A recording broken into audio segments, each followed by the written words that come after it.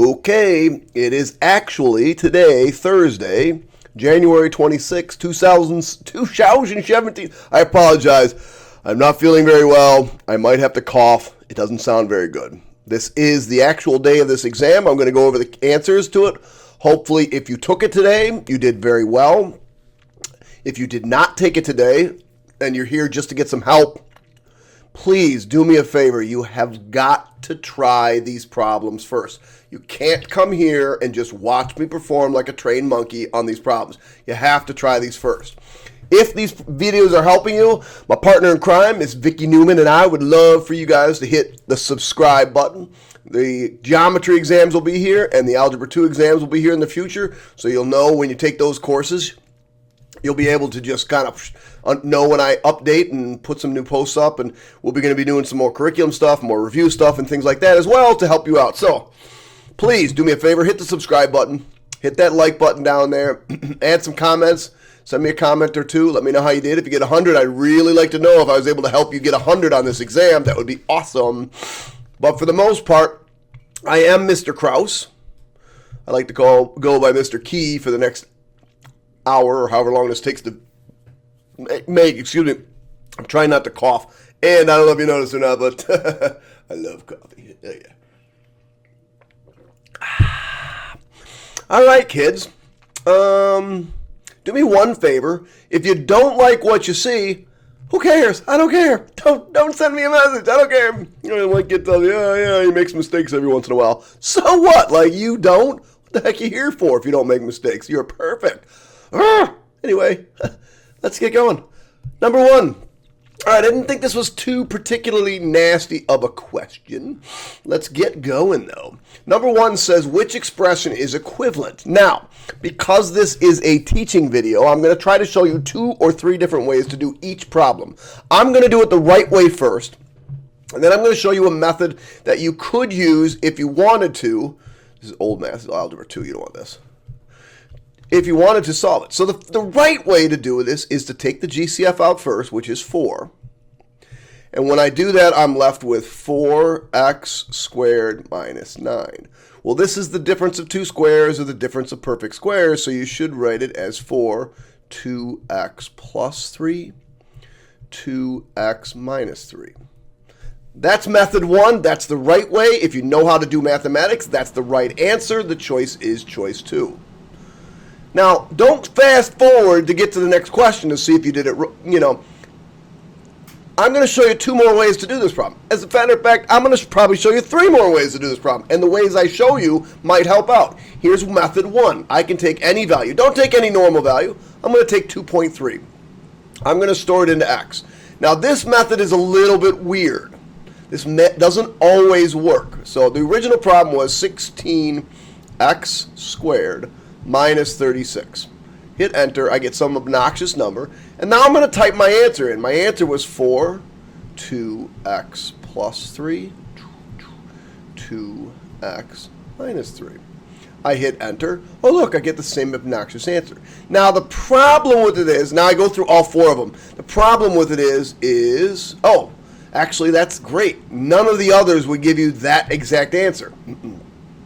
Sometimes you get 2 of them that will give you the same answer. Like, for example, had one of the answers been 4 parenthesis 4x squared minus minus 9.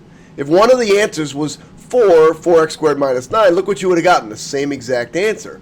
Well, which do I take? Do I take this one or do I take this one? Well, obviously it's this one, the more factored one. All right, that's 2. That's the second way to do this problem. Let's go for another way. How about we graph them? The original was 4x squared minus 36. I don't care what it looks like. I don't even care if I can see it. Watch this. Let me show you what the first answer would look like. 4, and then it's 2x minus 3, parenthesis, 2, oops, tab. I didn't even type it. So tab 4, parenthesis, 2x minus 3, parenthesis. You could have put just a square in there if I wanted to, but I'm going to show you what it looks like. All right, so that's, well, is that right? No, that's not right. Let me show you what another one might look like. All of these are going to look, and then let me put the real one in. The real one is, let's hit tab, and you'll do 4 parenthesis 2x plus 3 parenthesis 2x minus 3. And watch what happens. Notice what's going on. Look at the red one, and now look at it.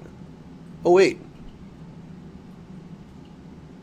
Oh, I didn't type in the original right. The original is not 4x squared minus 16. Ooh, let me show you what I got to do. Let me fix this. I'll show you. Sorry about that. So the original was this, not 4. Let me go back to the original. The original was this. So the original is this blue, this red graph right here. When I did the black one, I ended up with like that. So now, let me press tab. Now let me put this one back in. Now it's going to be fuchsia, which I don't like as a color, but whatever. I think that's fuchsia. That's the manly side of me. Let me put that one back in. Notice it goes right over the red one. And guess what? That's another way you could solve that problem. Okay, I've done it 3 ways. What is the solution set of this equation? Well, I think it should be clear, and I apologize for this. The scan didn't come through very well. This is x equals 2. Well, then this should be x equals a. So the answer is choice 3. That one should be straightforward. Analysis of data from a statistical study shows that a linear relationship... Oh, I wanted to show you 2 different ways to do this one. So let's say you weren't sure if this was right. Well, you have to make up a number for a. Just come up with a number for a. It really doesn't matter. So I'm going to go back to my calculator. I'm going to say a is negative 5.6 control var a. I'm just going to make... Why is it not doing that for me? Negative 5.6 control var a. All right, so now the original problem was parenthesis x minus 2 parenthesis x minus a. And we want it to be equal to what? We want it to be equal to 0. See our 0 right here? We want it to be equal to 0. Well, I don't know what's stored in for x. This is probably going to come up with something stupid. But let's take something like, well, let's take the answers. One of the answers says, hey, it's negative 2. Let's try negative 2. Negative 2 control var x. And then hit the up arrow. Does that give us 0? Nope. So anything with negative 2 is not going to work. I don't have to check these anymore. Well, these both have positive 2. So positive 2 has to work. But let's show you what happens when you plus positive 2. Control var 2. 2, we're going to store 2 into x. And then we'll hit that up arrow and hit enter. 0. Now, what do I want to store now in for x? Well, I either got to store a into x or negative a into x. Let's try a. So a, whatever's in a, control var x. Oh, it's negative 5.6. Let's hit the up arrow. Oh, look, 0. There it is. There's your answer. That's another way to do the problem. All right, let me go back to this one. Analysis of data from a statistical study shows that a linear relation... need more coffee. With a correlation coefficient of negative 0.524. So you're looking at that sigma value of negative 0.524. Which statement best summarizes? Now remember, the higher the correlation coefficient, either close to negative 1 or close to 1. The higher it is to 1 or negative 1, the stronger it is. The closer it is to 0, it's like nothing. So negative, it has a negative correlation, and anytime you think about a negative correlation, you have to think of if one thing goes up, the next thing goes down. The more sleep I get, the less, well, whatever.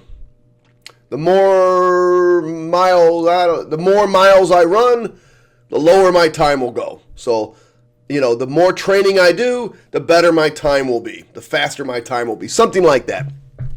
I always come up with negative examples when I use negative correlation, the more drinks I get, the shorter my life. The more cigarettes I smoke, the lower my life's going to be, probably. I hate to think things like that. But There is not a strong correlation. A strong correlation would be close to 1 or -1. So anything that says strong, because it's not 0, you have to say, I guess, a moderate. But because it's negative, we have a moderate negative correlation, and that would be the answer choice 4.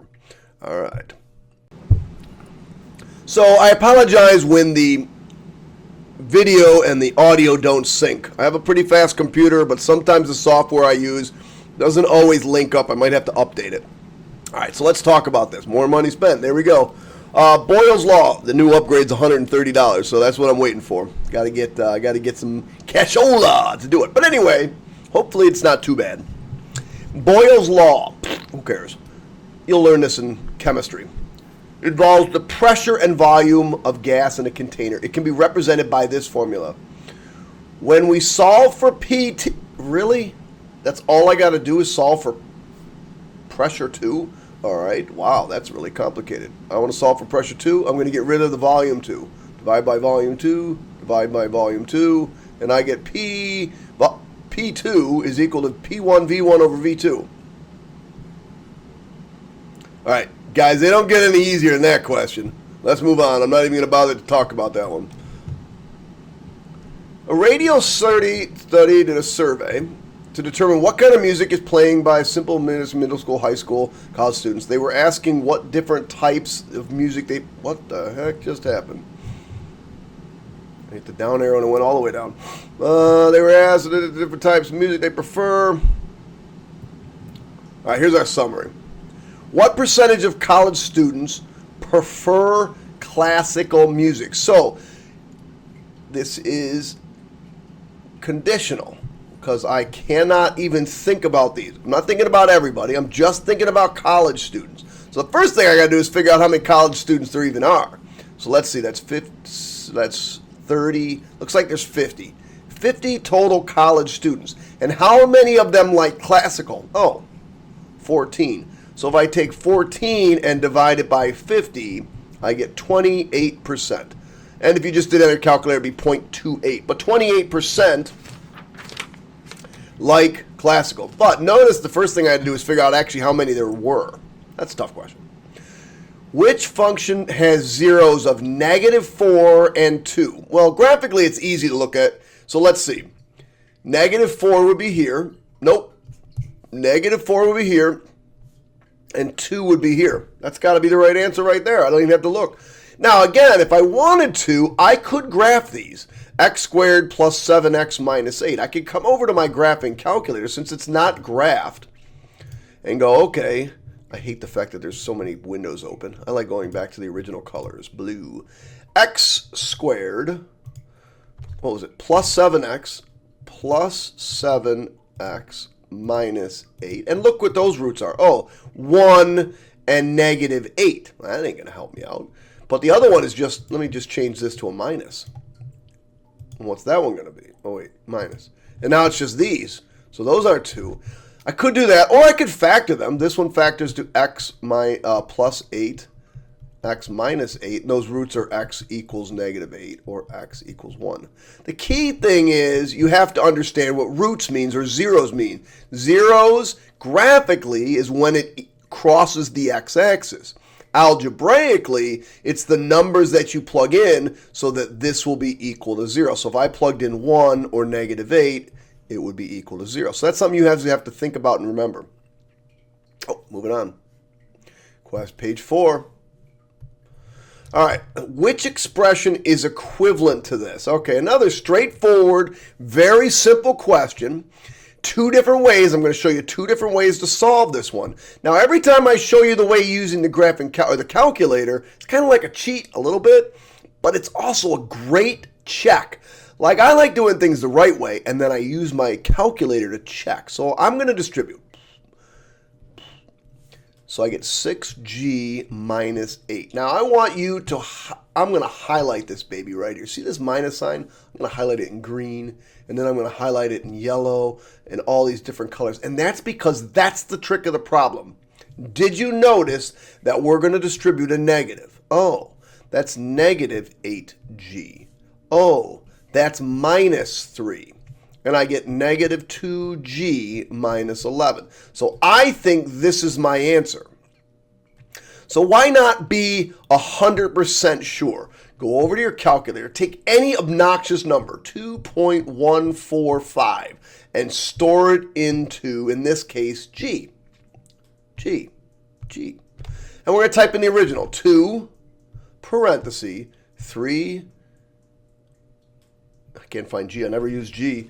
I'm going to look at my sheet, minus 4, parenthesis, minus, parenthesis, and then this is 8G plus 3. 8G plus 3.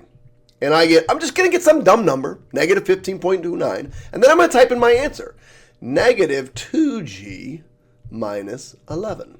Hopefully I get the same answer. Look at that. Great check. Not only is it a great check, if you crash and burn and you just don't know how to do the problem, you can always do that. Now, using the calculator is kind of, a lot more. First of all, it's a cheat. And second of all, it's a lot more cumbersome, too. It takes a little bit longer. In 2014, sorry,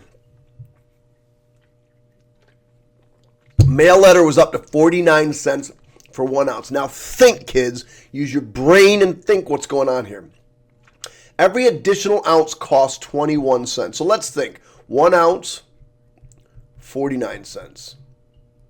2 ounce is 49 plus 21, which is, what's that, 70?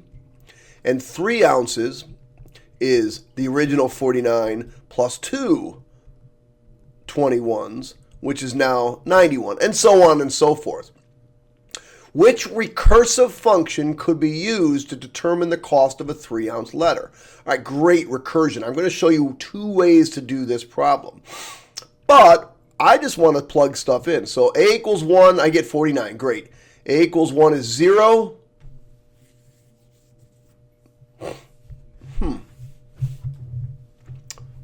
I don't like that. I'm going to guess the answer is 1. I mean, I'm going to do recursion. I want to start with my first one, my first term being 49. And then I'm going to plug in 2. If I plug in 2, 2 minus 1 is 21. Yeah, this is the right answer right here. Let me show you what this looks like on a calculator. If you've never seen this before, hopefully your teacher's shown this to you.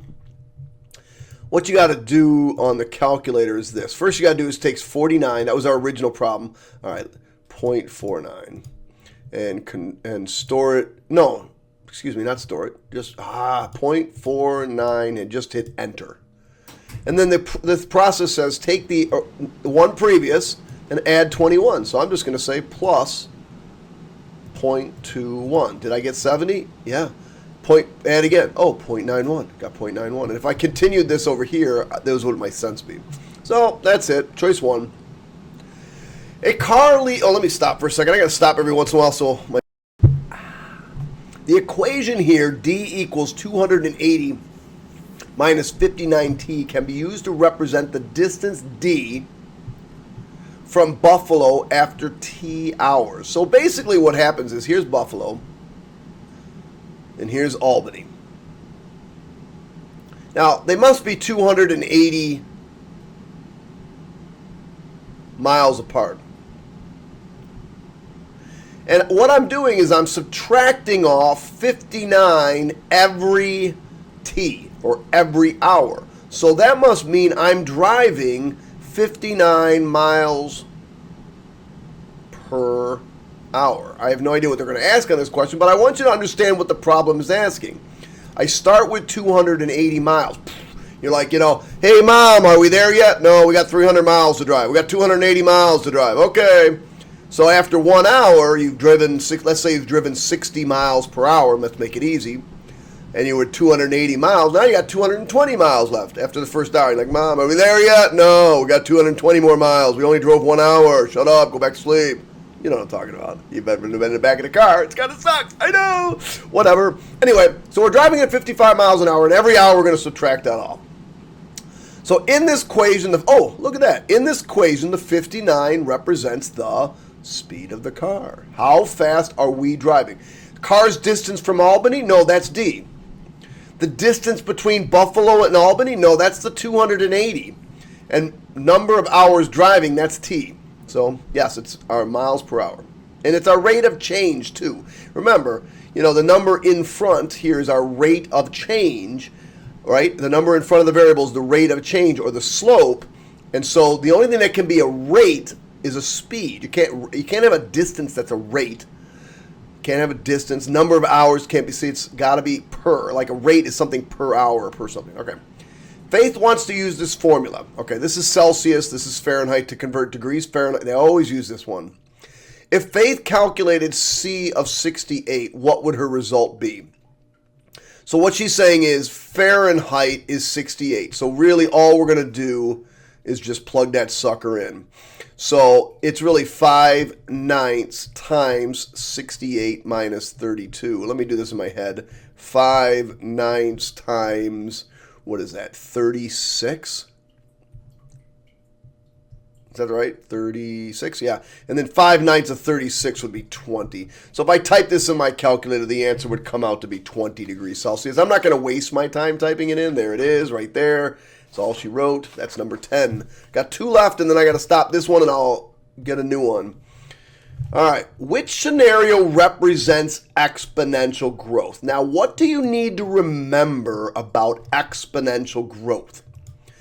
Hopefully your teacher showed you that like rabbit commercial where they start out with 2 rabbits, and then they're like, something's in the air, and the rabbits get all looking at me, all googly eyes, right? Then they go away, and then the daughter's pulling at the guy, and all of a sudden there's 10 rabbits, and then they're all looking googly-eyed at each other, and then all of a sudden there's 100 rabbits, and then there's 1,000 rabbits, and then there's rabbits everywhere. That's exponential growth.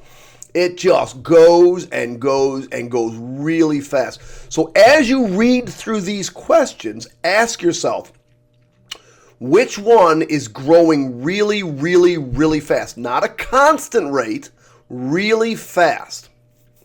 So at a water tank is filled at a rate of 2 gallons per minute. So when you fill up a tank of, you fill out your bathtub, it just goes, oh, there it is, there it is, there it is. It doesn't like go really slow and then all of a sudden it's filled up, right? Remember, because you're looking for really steep, fast growth.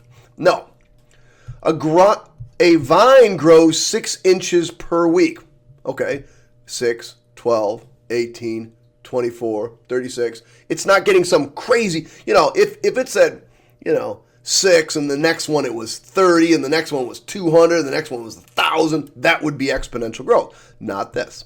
A species of fly doubles its population every month. Well, let's think about doubling. 2, 4, 8, 16, 32, 64, 128, 256, 512. Look how fast that's going. It started out only difference was 2, then 4, and now we got a difference of 256, and the next one's got a difference of 512. I think that's our answer. A car increases its distance from a garage, travels at a constant. Constant is a linear function. Not going to happen. The answer is choice 3, kids. There it is. Yes. I wish my money grew exponentially. Then I'd be wealthy. All right, what is the minimum value of this function? Well, you need to understand. There's a couple ways to do this problem. I'm going to show you 2 different ways. I'm going to show you the easiest way, and I'm going to show you the hard way. Let's do the hard way first. No. Well, they're both easy. So this is an absolute value function. And not only is it an absolute value function, this point right here is that. These will give you that vertex point of the parabola. Well, okay, if that's true. Remember, when you come out of parentheses or absolute value, it's backwards. So it's going to be 1, 2, 3, 1, 2. There's our vertex. And is it going up or down? Well, look at it. It's positive, so it's going to be going up in this direction. So this is our lowest value. Well, remember, minimums and maximums are only talking about y values, so it can't be those 2. And so our minimum y value is down here at -2. Now, let's say you didn't remember that. Let's say you had no idea. All right, Mr. Krause, I don't know what the heck you're talking about. You might as well be speaking German. Ich kann Deutsch mit dir reden, aber wahrscheinlich du willst mich nicht verstehen. Ja? Das ist kein Problem, ich kann den ganzen Tag spielen und sprechen in Deutsch. But you don't want to listen to my German, do you? I didn't think so. So we're going to graph this sucker. Let's see. Boom. Absolute value. I know it hates that. Absolute value of x plus 3 minus 2. There it is. I graph it. Ah, look at that. So I didn't know what it looked like before. And I'm like, oh, yeah. You can't get around this. You got to know that minimums and maximums are always talking about y values. In fact, it's one of the very few times we're talking about y values. We talk about y values for range, and we talk about y values for mins and maximums. So in this case, our minimum here is -2, and that's our answer. Oh my God, that was so exciting. And that was number 12. That's the end of this video. All right, kids, hit the subscribe button, hit the like button. If you ever see me walking around, go, hey, Mr. Krause, here's a cup of coffee for you. I'll be like, no, I don't need any more. I'm a little freaked out. All right, kids, catch you on the flip side.